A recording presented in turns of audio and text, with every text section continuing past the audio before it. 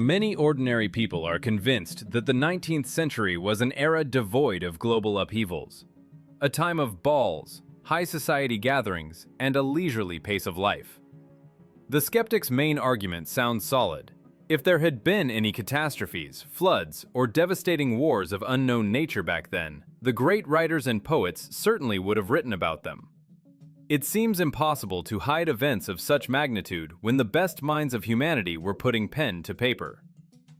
But the paradox is that they did write about them. Evidence of these events exists. It lies openly on the pages of the classic works we are used to reading in school. The problem is simply that we have forgotten how to read them literally, dismissing everything as artistic allegories and metaphors, when these may well have been documentary chronicles that leaked through the harsh censorship of that time. As our first witness, we call upon a man who can hardly be suspected of writing science fiction or dystopias, Ivan Sergeyevich Turgenev. Let us turn to his famous novel, Home of the Gentry. One scene describes the 45-year-old protagonist, Lavretsky. He returns to his family estate, weary of life and failed romance. Sitting on a garden bench, he falls into deep thought, addressing the younger generation. At first glance, this is the usual nostalgia of an aging man. But look closely at the essence of his words. Lavretsky says, "You will not have to seek your path as we did, to struggle, to fall and rise amidst the darkness. We scrambled just to survive. And how many of us did not survive?" Usually, these lines are interpreted as a description of mental anguish or the search for a life path. But if we drop the habit of looking for hidden philosophical meaning and understand the text literally, the picture changes in a frightening way. Phrases like "rise amidst the darkness" and "scrambled just to survive" cease to be figures of speech. They begin to sound like a description of a real struggle for physical existence during a catastrophe. The words about how many people did not survive point to a mass loss of life, the causes of which remain outside the brackets of official history. To understand what period is being discussed, it is enough to compare the dates. The action of the novel takes place in 1842, and Lavretsky, according to the text, is 45 years old. This means he was born in 1797. His conscious youth, the age of 14 to 16, falls within the period of 1811 to 1813. It was then, in his teenage years, that this generation encountered something terrible that forced them to survive in the dark. Turgenev left us only a hint, the restrained memory of a survivor. However, to understand the details of exactly what was hidden behind this darkness, we will need the help of another author who described what was happening with frightening, almost photographic precision. If you read Turgenev's lines carefully, you can notice a strange dissonance between the peaceful picture of the noble estate and those eerie memories that wash over the main character. Lavretsky is not just grieving for his lost youth. He draws a clear line between two completely different worlds.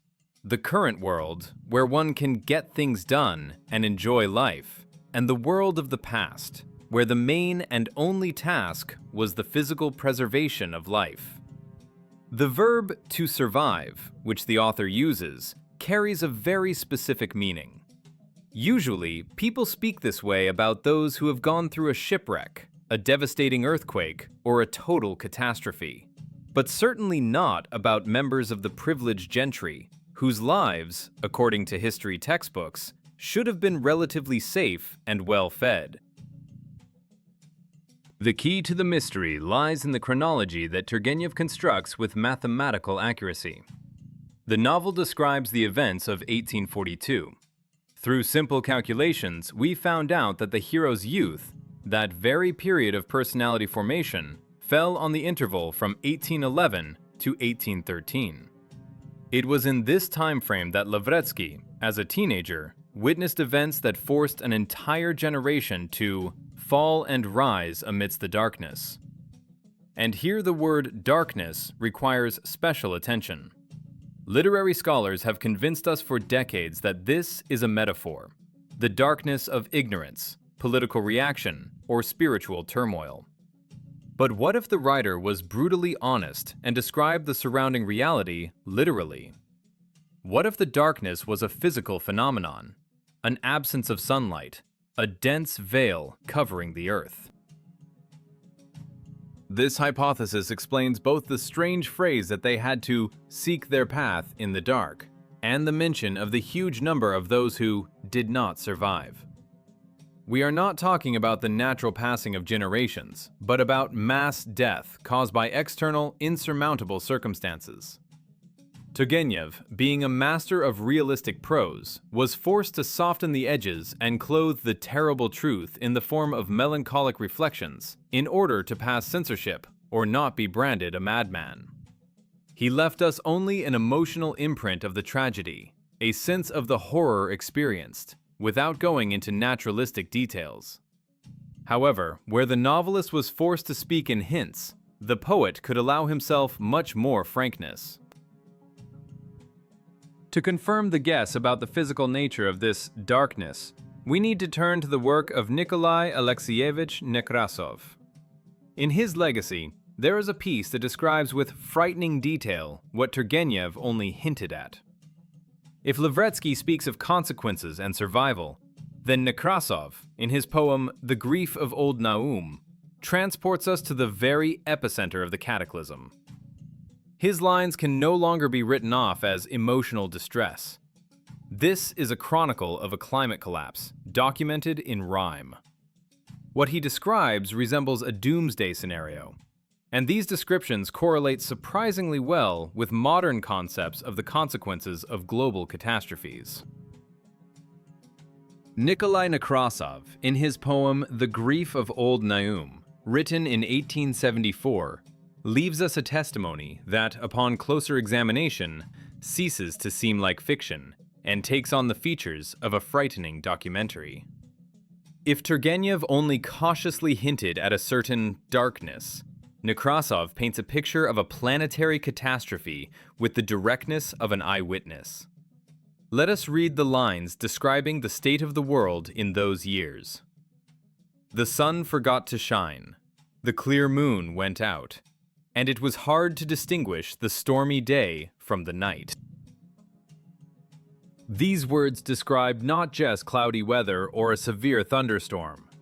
The poet speaks of the total disappearance of celestial bodies. The sun and the moon are not just hidden by clouds. They forgot to shine and went out, which indicates an impenetrable veil that cut off the Earth's surface from solar light.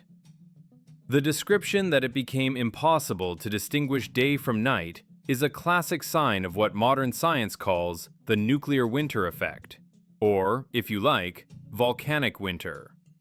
This is a state of the atmosphere where a colossal amount of dust, ash, or soot rises into the stratosphere, forming a dense screen that blocks solar radiation.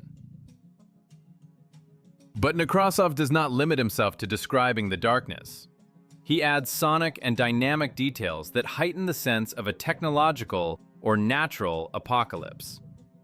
Thunder rumbled incessantly, and the whirlwind was terrible, and man stood beneath it, frightened and voiceless. Here we see a mention of a ceaseless roar and a destructive vortex, which strongly resembles the description of the passage of a powerful shock wave and accompanying atmospheric disturbances. Man in this chaos turns out to be voiceless, crushed by the magnitude and horror of what is happening, realizing his complete helplessness in the face of the raging elements. Also present in the text is an important marker of time and the changing of eras. The lyrical hero mentions that before these events, there was an easy time, but then everything changed in an instant. It describes how, after a long period of gloom, the dawn luxuriously lit the edge of the azure. But immediately, a new storm came to replace the old storm. This testifies that the catastrophe had a prolonged character with several phases, finally destroying the former way of life and the ideals of the past. We see a clear description of huge masses of matter entering the atmosphere, blocking out the sun. Official historiography and climatology do not deny the fact of global cooling and the darkening of the skies in the early 19th century. There is even a scientific explanation for this phenomenon, related to natural cataclysms in Southeast Asia. It is generally accepted that the culprit of the darkness was the eruption of the Tambora volcano. However, when we begin to compare the scale of the described destruction with the official figures of volcanic explosion energy, serious questions arise. Is a single volcano, however powerful, capable of causing such long-lasting and global consequences? Or was it only part of a much grander and more terrible puzzle? To understand this, we need to turn to the language of dry numbers and physical quantities. Official science offers us a very specific explanation for the climate anomalies of the early 19th century, which went down in history as the year without a summer. According to the accepted version, the cause of the global cooling was the catastrophic eruption of the Mount Tambora volcano on the Indonesian island of Sumbawa in April 1815. This event is considered the largest volcanic eruption in documented human history. The release of ash and gas was so colossal that it indeed changed the composition of the atmosphere across the entire planet. However, to realize the true scale of what happened, it is necessary to translate dry geological data into the language of destructive power understandable to modern man. The energy released by the Tambora explosion is estimated by specialists at 800 megatons of TNT equivalent. For comparison, this is comparable to the simultaneous detonation of 800 nuclear warheads with a yield of 1 megaton each, or 400 even more powerful 2 megaton bombs. Up to 180 cubic kilometers of volcanic material were ejected into the atmosphere. Huge masses of sulfur oxide reached the stratosphere, where, reacting with water vapor, they turned into sulfuric acid. This suspension enveloped the Earth in a thick blanket reflecting the sun's rays. The result was the so-called volcanic winter. The average temperature on the planet dropped, causing frosts in the middle of July and disastrous crop failures. The consequences of this blow to the biosphere were horrifying. The sharp change in climate and atmospheric pollution triggered outbreaks of severe diseases. An epidemic of typhus broke out in Southeast Europe and the Mediterranean, and a completely new, previously unknown strain of cholera emerged in Bengal, beginning its deadly march across the world. It would seem the puzzle fits. The volcano exploded, ash covered the sun, famine and disease ensued. But an inquisitive mind cannot help but ask, is an eruption on a distant Indonesian archipelago really capable of explaining all those strange phenomena that eyewitnesses described in the central part of Russia? The mathematics of the catastrophe are impressive, but they do not answer the question about the nature of the event itself. Was the volcano the sole cause, or was its eruption merely a consequence, a chain reaction to the use of a weapon of incredible destructive power, or an impact from outside? After all, if the explosion energy is calculated in hundreds of megatons, the impact on the Earth's crust could have been critical. Moreover, descriptions of phenomena have been preserved in Russian literature that are difficult to attribute to the simple spread of volcanic ash. Mikhail Saltykov-Shchedrin, in one of his works, describes something that, in its dynamics and acoustic effects, looks nothing like a natural phenomenon, but rather resembles the approach of a monstrous shockwave. Mikhail Saltykov-Shchedrin, usually considered the greatest satirist of his time, left a description in his novel The History of a Town that upon close examination evokes not laughter, but a cold shiver.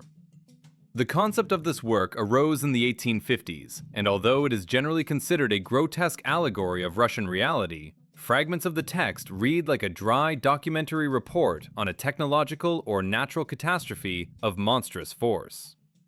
In one key scene, the inhabitants of the town of Glupov are struck by an unheard-of spectacle. The author writes that the northern horizon darkened and was covered with clouds, from which something rushed rapidly toward the city. It is important to pay attention to the physics of this phenomenon, described by the writer with frightening authenticity. It looked neither like ordinary rain nor a tornado in the usual sense. An unknown force moved, literally boring into the earth, rumbling, humming, and emitting unnatural, hollow croaking sounds. Such behavior is characteristic of heavy gas dust clouds or shock waves moving along the ground and grinding up the soil. But even more telling is what happened before direct contact with this force. Saltykov-Shchedrin points out a crucial detail. Although it was not yet close, the air in the city began to vibrate. The described effect is a classic sign of the arrival of a powerful shockwave or a pressure impact, preceding the visual front of a catastrophe. The text states that the bells in the towers began to ring by themselves and the trees bristled. Such resonance occurs with extreme infrasound exposure or a seismic jolt. Animals, possessing a finer sensitivity to pressure changes and vibrations, went mad and panicked in the fields, finding no escape. The final scene paints a picture of the total collapse of the familiar world. The earth shook, the sun dimmed, and the people were seized by an indescribable, primal horror. The phrase, "it came," sounds like a sentence. Behind these words hides not political satire, but a chronicle of a nightmare experienced when the sky turns black in the middle of the day and the solid ground gives way beneath one's feet. Of course, one could argue that writers are creative people, prone to dramatization and hyperbole. Skeptics might declare that all these images are merely the fruit of the vivid imagination of literati striving to create an atmosphere of anxiety. However, if literary metaphors find direct confirmation in dry, emotionless historical summaries and reports, it becomes impossible to ignore them. The strange phenomena of those years were recorded not only in artistic novels, but also in documents not intended for the general public. Facts exist indicating that in the very center of Russia, on the absolutely calm Russian plain, the earth did indeed shudder, and bells rang by themselves, confirming that what the classics described was not fiction, but reality. In our search for the truth, we often neglect dry historical records, assuming that all the truth is hidden in emotional prose. However, it is the dispassionate reports of local historians and chroniclers of the 19th century that contain facts impossible to explain from the perspective of classical geology and history. The central Russian plain is an ancient, stable tectonic platform. Here, in the heart of Russia, earthquakes are an anomaly, an event entirely out of the ordinary.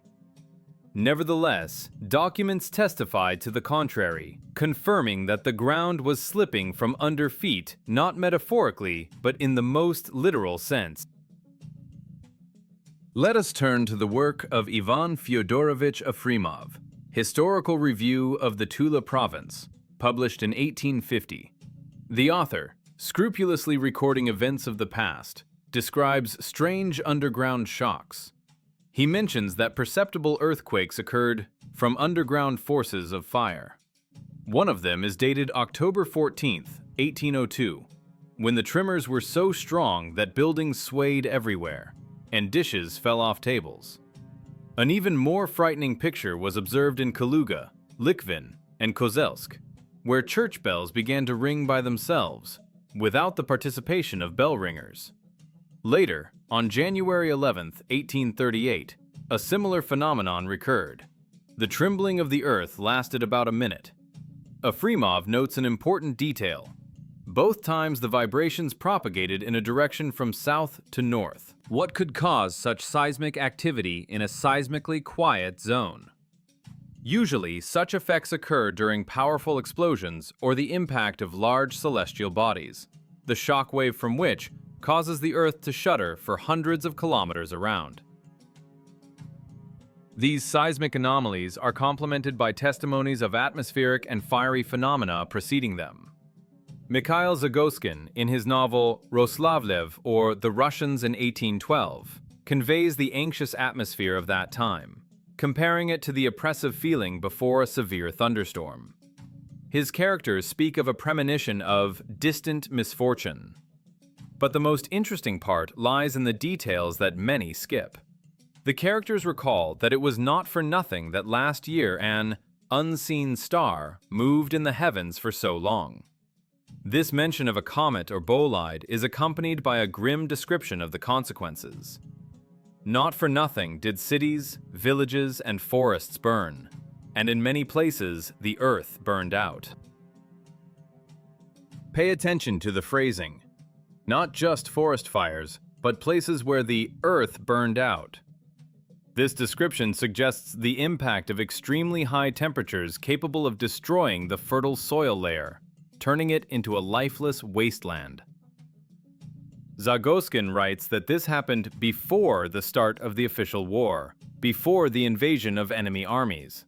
That is, the Great War he speaks of further on could have been merely a consequence or continuation of a global cataclysm that began with a celestial flash and the trembling of the Earth's crust.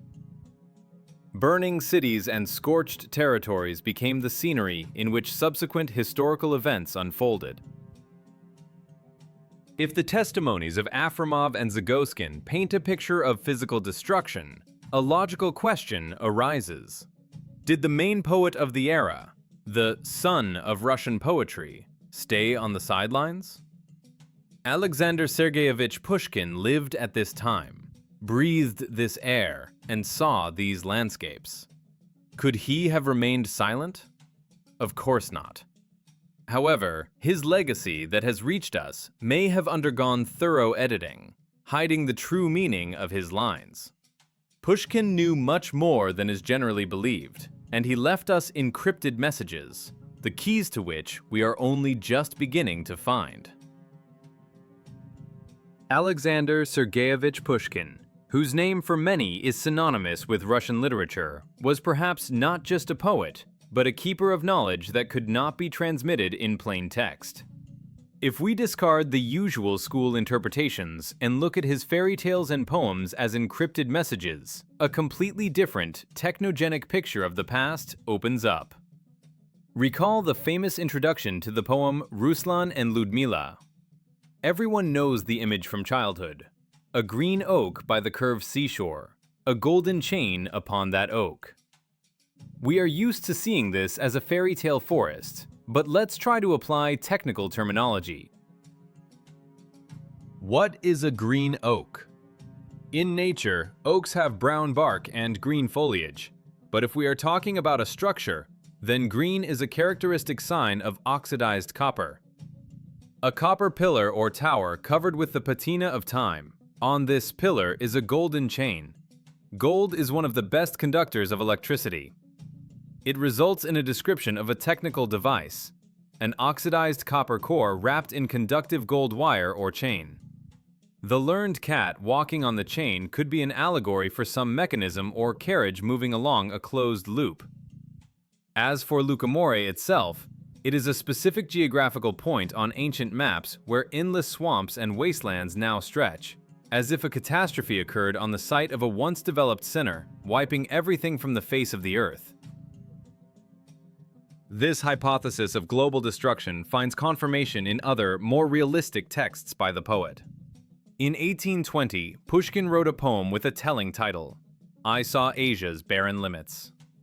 In it, there are lines that are difficult to interpret ambiguously. The distant edge of the Caucasus, the scorched valleys. Why are the valleys of Asia and the Caucasus called scorched? This does not look like a metaphor for summer heat. The word scorched implies the impact of open fire or colossal temperatures that turned blooming lands into ashes. The poet records a landscape scorched by an unknown force, leaving us documentary evidence of the scale of the disaster, which went far beyond the borders of one country. However, far from all of Pushkin's words have reached us in their original form. His works were subjected to harsh censorship and posthumous editing, sometimes changing the meaning beyond recognition. A striking example is the poem The Bronze Horseman. The famous line, "He reared Russia up on its hind legs," might have been absent or sounded different in the original drafts. In rare editions from the mid-19th century, for example in a book from 1857, one can find notes made in ink stating that a significant part of the text was composed or rewritten by Vasily Zhukovsky, the poet's mentor and friend, who also acted as a censor. It turns out that the textbook lines we learn by heart are the result of a safe edit designed to hide the true meaning of what was written. If Zhukovsky rewrote entire quatrains, what exactly was he trying to hide? Perhaps the original text contained descriptions of the causes of the flood in St. Petersburg, or the state of the country after the catastrophe that were too frank and did not fit into the official version of history. We see only the tip of the iceberg pass through the filter of state secrets. And if even landscapes and natural phenomena were encrypted, then what about the political figures of that time? It is quite likely that even the name of the main enemy of the Russian Empire in the War of 1812, Napoleon, is not just a proper name, but another layer of a complex linguistic puzzle pointing to the true culprit of the disasters. In light of the emerging facts and strange climate anomalies, even the familiar history of the Patriotic War of 1812 begins to take on completely new colors if viewed through the prism of linguistic analysis and climatic catastrophe. The central figure of those events was Napoleon Bonaparte. The name of the French emperor is familiar to everyone, but few have thought about its sacred or perhaps encrypted meaning. In mythology, Apollo is the god of light, the patron of the arts, the personification of the sun. If we break down the name Napoleon, or in the older transcription, Ni-Poleo, into its components, we can see a curious construction. The prefix ne, negation, and the root referring to Apollo. The result is ne-Apollo, that is, not sun, or absence of sun. This etymological play may not have been accidental. In an era when symbolism played a huge role, Napoleon's invasion could have been an allegorical description of the onset of darkness, that very period when the sun forgot to shine. Thus, the War of 1812 in literary monuments and hidden chronicles may describe not so much a military conflict between two powers, but humanity's struggle against the advancing cold and gloom. Nay, Apollo came to the lands, and with him the light vanished. This explains the famous frosts that destroyed the Grand Army. Perhaps the cold was not just a tactical ally of the defenders, but the very essence of the unfolding cataclysm. In this context, Pushkin's words describing the enemy army sound different. In his texts, he mentions that Moscow suffered from all sorts of rabble. This is an extremely unusual characterization for a regular army known for its discipline and beautiful uniforms with white trousers. The word rabble paints an image of a motley crowd, vagabonds lacking unified command. If we accept the version of a global climatic catastrophe that caused famine and devastation in Europe, then the so-called invasion turns into a desperate migration. It was the movement of huge masses of hungry, freezing people fleeing the devastated territories of the West in search of food and surviving lands in the East. They went not to conquer, but to survive. The burning cities contemporaries wrote about could have been not the result of a scorched earth tactic, but a consequence of those very fiery phenomena and falling celestial bodies that preceded the migration. Europeans, faced with years without a summer, crop failures, and cold, moved to where, it seemed to them, life was still preserved. History remembers this as a great war. But perhaps it was the agony of a civilization trying to save itself from a climate collapse. The puzzle begins to come together into a single picture, where war, cold, and darkness are links in the same chain. And most importantly, this tragedy was not a local Russian problem. Evidence of global gloom was left not only by domestic authors. If we look at the works of their foreign contemporaries, it becomes clear. Darkness covered not one country, but the entire known world then. George Byron, Evdokia Rostopchina, Konstantin Balmont, all of them, located in different points of space and time, wrote about the same thing, as if conspiring to convey to their descendants the truth about the horror they experienced. If we assemble all the found fragments into a single canvas, a picture emerges that is frightening in its realism. George Byron in his poem Darkness, Evdokia Rostovchina describing the views of ruined Moscow. Konstantin Balmont with his legends of deaf days. All these voices merge in unison with Turgenev, Necrasov, and Pushkin. We see not the scattered fantasies of literati prone to melancholy, but consistent witness testimonies of a global planetary catastrophe. The conclusion suggests itself. In the early 19th century, humanity survived an event that, in its physical characteristics and consequences, is identical to what we call nuclear winter today. Dust veils blocking the sun, sharp cooling, acid rain, shock waves that made the earth shudder, and mass migrations of survivors. These are not allegories. This is a chronicle of the survival of a civilization that found itself on the brink of total destruction. Official historical science recognizes only a small part of this tragedy, shamefully calling it the year without a summer, and attributing everything to a distant Indonesian volcano. We are told about epidemics and crop failures, but the causes of scorched valleys, destroyed cities, and that very Great War, which looked more like the chaotic movement of peoples across a cooling earth, are carefully passed over in silence. The most striking thing about this investigation is not the fact of the catastrophe itself, but the total oblivion to which it was consigned. An event that redrew the map of the world and claimed millions of lives has been wiped clean from school textbooks and academic lectures. Only encrypted lines in poems, memoirs corrected by censors, and strange architectural ruins remain of it. The feeling arises that the history of the 19th century was intentionally rewritten, creating an illusion of continuous and prosperous development, while in reality, it was a time of rising from the ashes. Here we come to the main and most uncomfortable question. Why was it decided to classify these events? If it was a natural disaster, why hide its scale? And if the cause was technological, then who struck this blow?